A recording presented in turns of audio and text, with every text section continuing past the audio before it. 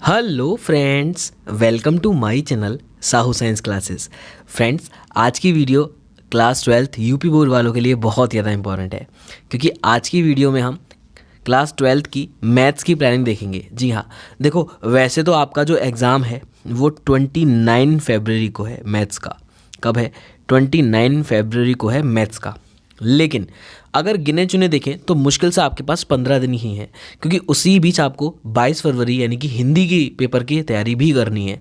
तो इसलिए last 15 days है। तो 15 डेज़ में आपको क्या करना है? बच्चों को क्या होगा, हड़बड़ी होगी, है ना, दिक्कतें आएंगी कि भाई हमें क्या क्या करना चाहिए, हम ये कर लें, हमें कुछ समझ में नहीं आ रहा। तो उसको समझाने के लिए मैं आज की वीडियो लेके आया हूँ। आपको पूरा अच्छे से पहले मैं समझाऊंगा कि कौन सा कितने नंबर का मैथ्स का आपका मतलब सिलेबस है, सिलेबस में कितना नंबर का कौन सा पोर्शन आएगा। कभी कभी क्या होता है कि हम कुछ क्वेश्चंस पे ज़्यादा टाइम दे देते हैं और कुछ पे नहीं देते हैं। तो हमें किस पे ज़्यादा टाइम देना चाहिए और किस पे नहीं देना चाहिए, उसके बारे में आज हम बात करने वाले हैं।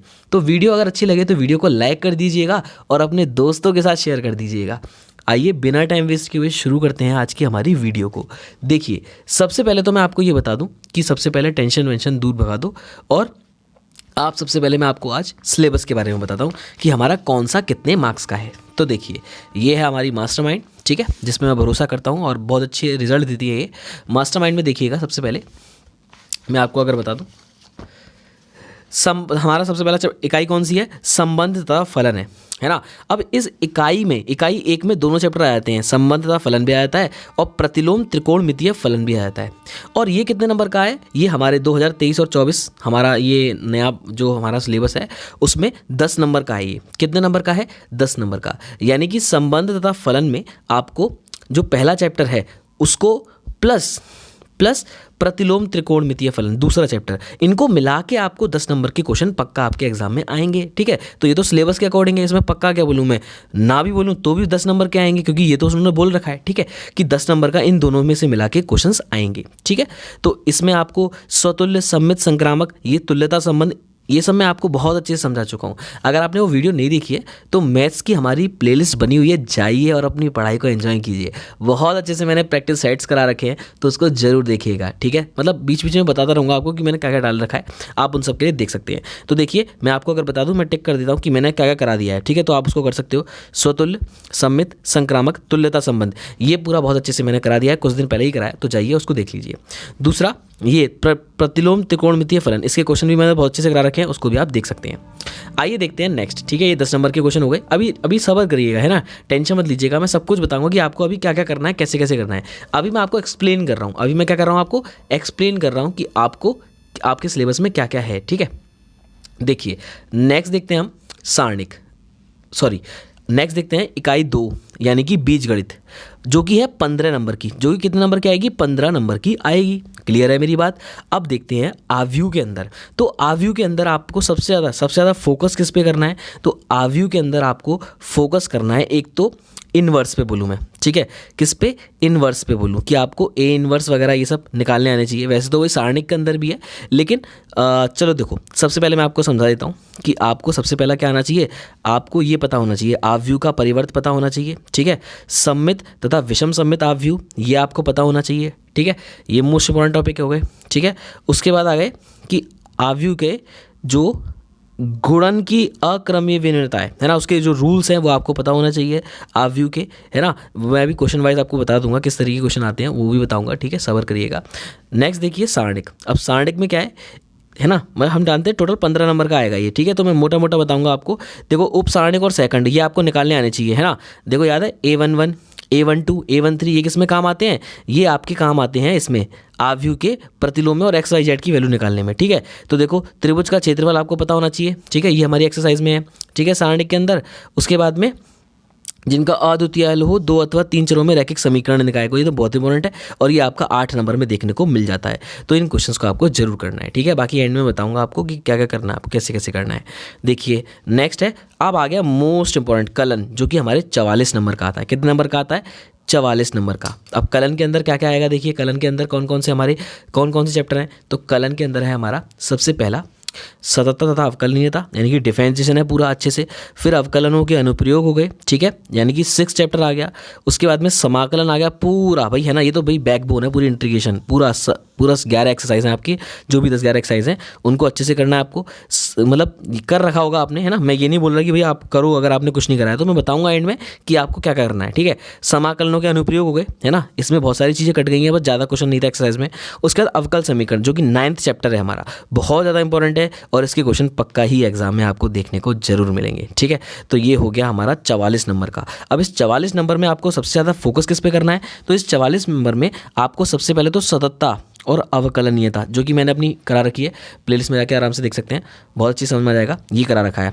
दूसरा डिफरेंशिएशन आपको पता होना चाहिए, डिफरेंशिएशन तो कोई भी आ सकता है अच्छे से निकालने के लिए, डबल डिफरेंशिएशन है ना, द्वितीय क्रम के अवकलन आपको आने चाहिए, ठीक है।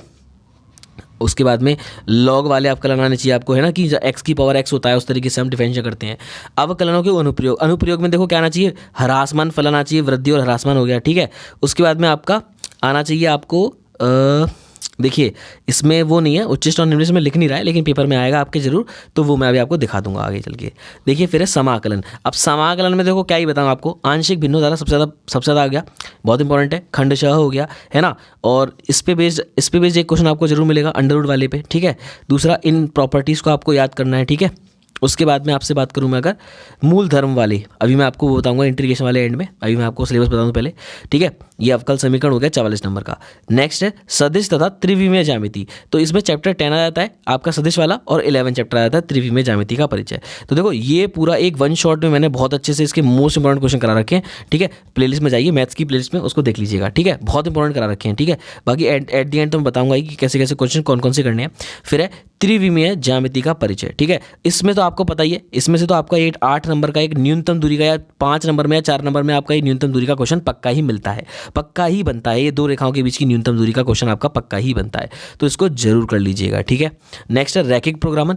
एक क्वेश्चन मैंने 2 से 3 क्वेश्चन करा रखे हैं इसके, एक क्वेश्चन ग्राफ वाला समझ लीजिए, आपको कोई सा भी क्वेश्चन आ जाए दुनिया का आपको सब कर लेंगे, ठीक है। तो 5 नंबर आपके पक्के हैं बिल्कुल, आप बस इसको प्लेलिस्ट में जाके आप देख सकते हैं, ठीक है। फिर अब प्रायिकता में क्या है, 8 नंबर का क्वेश्चन, 8 नंबर के मतलब आपको टोटल मार्क्स आएंगे, 8 नंबर के आएंगे, और आपको प्रायिकता के क्वेश्चन आपको करने हैं, जिसमें वेज प्रमेय भी आपकी बार सम्मिलित है। तो इस तरीके से आपके पूरे 100 नंबर बैठेंगे, आपके इस तरीके से आपके पूरे 100 नंबर बैठेंगे, ठीक है। तो आइए अब आपको मैं समझाता हूँ कि आपको सबसे पहले इन 15 दिनों में किन किन चीज़ों पर फोकस करना है, ठीक है। जिन्होंने कर लिया होगा और जिनको सिर्फ प्रैक्टिस करनी है उनको तो मेरी बात बहुत अच्छे से समझ में आ रही होगी, लेकिन जिन्होंने अब तक नहीं करा है प्रैक्टिस और उनको मेरी बात आधी समझ में आई होगी, अब मैं आपको पूरी बात समझाता हूँ। देखिए सबसे पहला काम आपको क्या करना है, सबसे पहला काम आपको आव्यूह में, है ना, इजी बता रहा हूँ, ईवी से सबसे पहला पास, मतलब अगर आपको पास होना है और आपके मतलब पास होने में भी प्रॉब्लम हो रही है, आपने कुछ नहीं करा है मैथ्स में, तो कुछ नहीं करा है ना, तो भी बता रहा हूँ मैं आपको, तो भी ये रामबाण हो जाएगा आपके लिए। तो आव्यूह में सबसे पहले आप क्या करिए, आप आव्यूह में सबसे पहले ए, है ना, उसके बाद में एडजॉइंट ऑफ ए, मैं दोनों मिक्स कर देता हूँ, आव्यूह प्लस सारणिक, है ना, इन दोनों को मिक्स कर देता हूँ, इन दोनों से मिक्स ही मान लीजिए आप, है ना, क्योंकि मिक्स ही आएगा हमारा 15 नंबर का। तो आव्यूह प्लस सारणिक, इन दोनों से आपको बता रहा हूँ ए का ए इंटू एडजॉइंट ऑफ ए, है ना, इजिकल्स टू आई वाला, ये वाले क्वेश्चन आपको जरूर करने हैं, ठीक है, मोस्ट इंपॉर्टेंट क्वेश्चन है, इन वाले क्वेश्चन को कर लीजिए। दूसरा आपको ए एक्स इजिकल्स टू बी, यानी कि आपको एक्स वाई और जेड की जो वैल्यू निकालनी होती है वो वाले क्वेश्चन कर लीजिए, ठीक है। कौन से क्वेश्चन होते हैं अगर आपको नहीं पता है तो मैं आपको दिखा देता हूँ, ठीक है, 1 मिनट रुकिएगा, मैं आपको उसको भी दिखा देता हूँ, कोई दिक्कत नहीं है, थोड़ा सा टाइम जाएगा, आप देख लीजिएगा अच्छे से। और आपको क्या आना चाहिए, आपको ए इंटू बी आना चाहिए, है ना, ए इंटू बी आना चाहिए, आपको ए डैश बी डैश ये सब निकालना आना चाहिए, ट्रांसपोज करना आना चाहिए, ठीक है। देखिए मैं आपको अगर बताऊँ सारणिक में जो हमारे एक्स वाई जेड वाले क्वेश्चन है, देखिए एक ये क्वेश्चन बहुत ज़्यादा तगड़ा है, इंपॉर्टेंट है बहुत ज़्यादा, देखिए कितनी बार लगातार आया, तो इन क्वेश्चनों को जरूर कीजिए, अच्छे से कीजिए इन क्वेश्चनों को, ठीक है। ऐसे क्वेश्चन मैंने करा रखे हैं, ए इनवर्स, देखो ए इनवर्स याद करना है, बहुत अच्छे से करा रखे हैं मैंने प्लेलिस्ट में जाइए, देखिए आराम से यार, बहुत कुछ है पढ़ने के लिए, आपको आ गया, मिल गया क्वेश्चन, ये देखिए इस क्वेश्चन की बात कर रहा था, ऐसे क्वेश्चन मैंने करा रखे हैं, बहुत ही अच्छे से करा रखे हैं, आपके 8 नंबर, आपके 5 नंबर, आपके 4 नंबर पूरे पक्के हो जाएंगे, क्योंकि ये क्वेश्चन निश्चित ही आता है, आव्यूह विधि से हल करना है, ऐसे क्वेश्चन दे देगा 1, 2 और 3, और आपको इस तरीके से सॉल्व करना है। तो ये क्वेश्चन हो गया आपके लिए लॉन्ग, ये सिद्ध हो गया आपके लिए एक रामबाण, ठीक है, सारणिक और आव्यूह का मिला के। अब मैं दूसरा बात करता हूँ जो क्वेश्चन आना ही आना है। दूसरा क्वेश्चन हो गया आपका कि 0 से π/2 और आपको साइन थीटा और कॉस थीटा, इनके टर्म्स में क्वेश्चन दे देगा जिसका आंसर आपको याद होगा π/4 ही आता है, ठीक है। और ये 2 से 3 नंबर का एक क्वेश्चन आता है जिसका आंसर क्या आता है, π/4 ही आता है, और ये 2 से 3 नंबर का क्वेश्चन आता है। तो इस तरीके के क्वेश्चन आपको जरूर करने हैं, ठीक है। जो लिमिट वाले क्वेश्चन होते हैं, देखिए मैं आपको दिखा देता हूँ इस तरीके का क्वेश्चन। ये देखिए, ये रहा क्वेश्चन, है ना। देखिए मतलब मज़ा आ जाएगा इस क्वेश्चन को देख के। देख कितने, देख कि एक तरीके से बन के आया जिसमें sin x cos x ही है, ये cot x है, इसको चेंज कर लेंगे, ये tan x है, इसको भी चेंज कर लेंगे। मतलब ये क्वेश्चन, एक क्वेश्चन, दो क्वेश्चन, ये तीनों क्वेश्चन एक ही हैं, है ना। 2023 में देखो लगातार आए हैं। अब देखो cot x हो गया, ये देखो मतलब ये सब क्वेश्चन जो है ना बराबर बराबर लिख रहे हैं, ये एक ही क्वेश्चन है। ये एक क्वेश्चन हो गया, ये एक हो गया, ये एक हो गया, ये एक हो गया, ये हो गया। देखो ये सारे क्वेश्चन एक ही हैं एक्चुअली में, और इसका आंसर क्या निकल के आता है, इन सब का आंसर निकल के आता है π/4। क्या निकल के आता है, π/4। ये बहुत ज़्यादा ईजी है। नोट क्या है, cot x या tan x को sin x तथा cos x में बदल कर हल करें, बस सिंपल इतनी सी बात थी। तो ये क्वेश्चन तो आना ही है, जो क्वेश्चन आना है उसको सॉल्व क्यों ना किया जाए, तो उस क्वेश्चन को सॉल्व जरूर करना है। और ये क्वेश्चन मैंने करा रखा है अपनी प्लेलिस्ट में, मेरी प्रैक्टिस सेट में जाइए इंटीग्रेशन के, और उनको देखिए और अपनी मैथ्स की स्टडी को बहुत ही ज़्यादा हेल्पफुल बनाइए।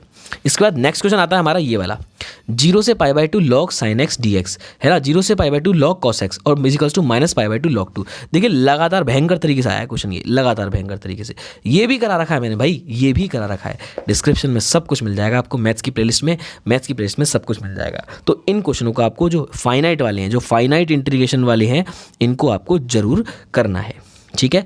इसके बाद आता हूं मैं, इसके बाद नेक्स्ट हिंट देता हूं आपको मैं, थर्ड वाली जो कि है सततता, जो कि मैंने करा रखी है।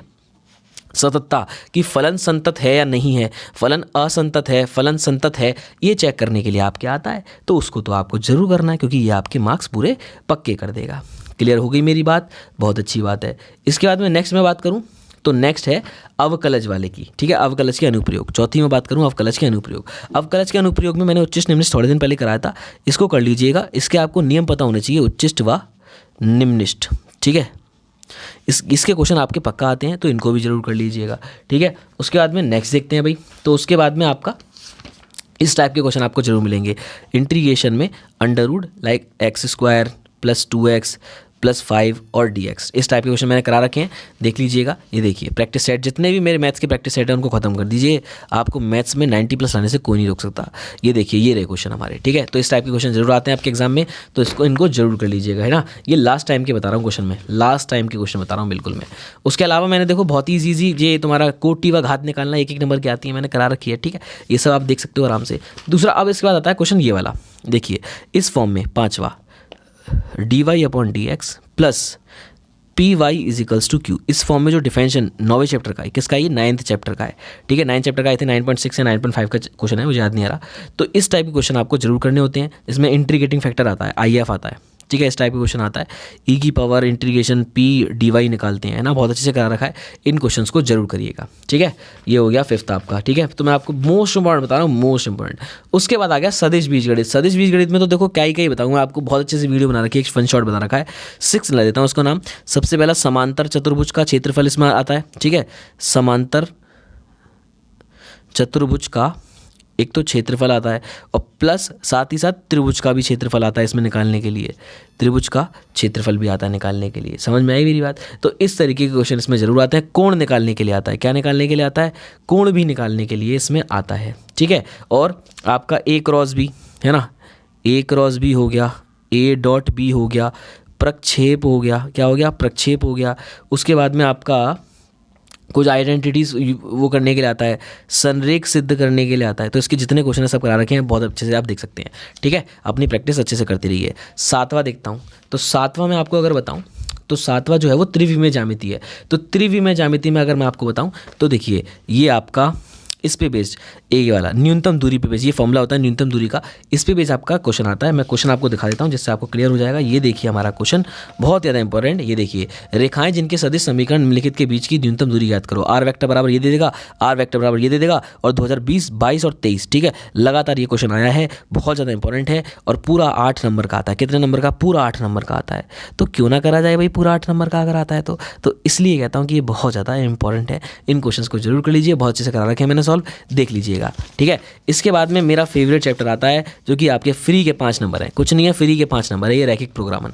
अब रैखिक प्रोग्रामन में देखिए इस तरह के क्वेश्चन आते हैं, मैं करा चुका हूँ इन क्वेश्चनों को, इनको भी देख लीजिएगा। इस तरह के क्वेश्चन आते हैं ना, ग्राफ वगैरह बनाने के, प्लॉट करने के, ठीक है, जेड का अधिकतम मान और न्यूनतम मान पूछ लेगा, इस करने के, इसे ऐसे करने के, ठीक है। तो ये हो गया न्यूनतम दूरी वाला, 7वें नंबर पे न्यूनतम दूरी, और 8वें नंबर पे ग्राफ वाला। कौन सा?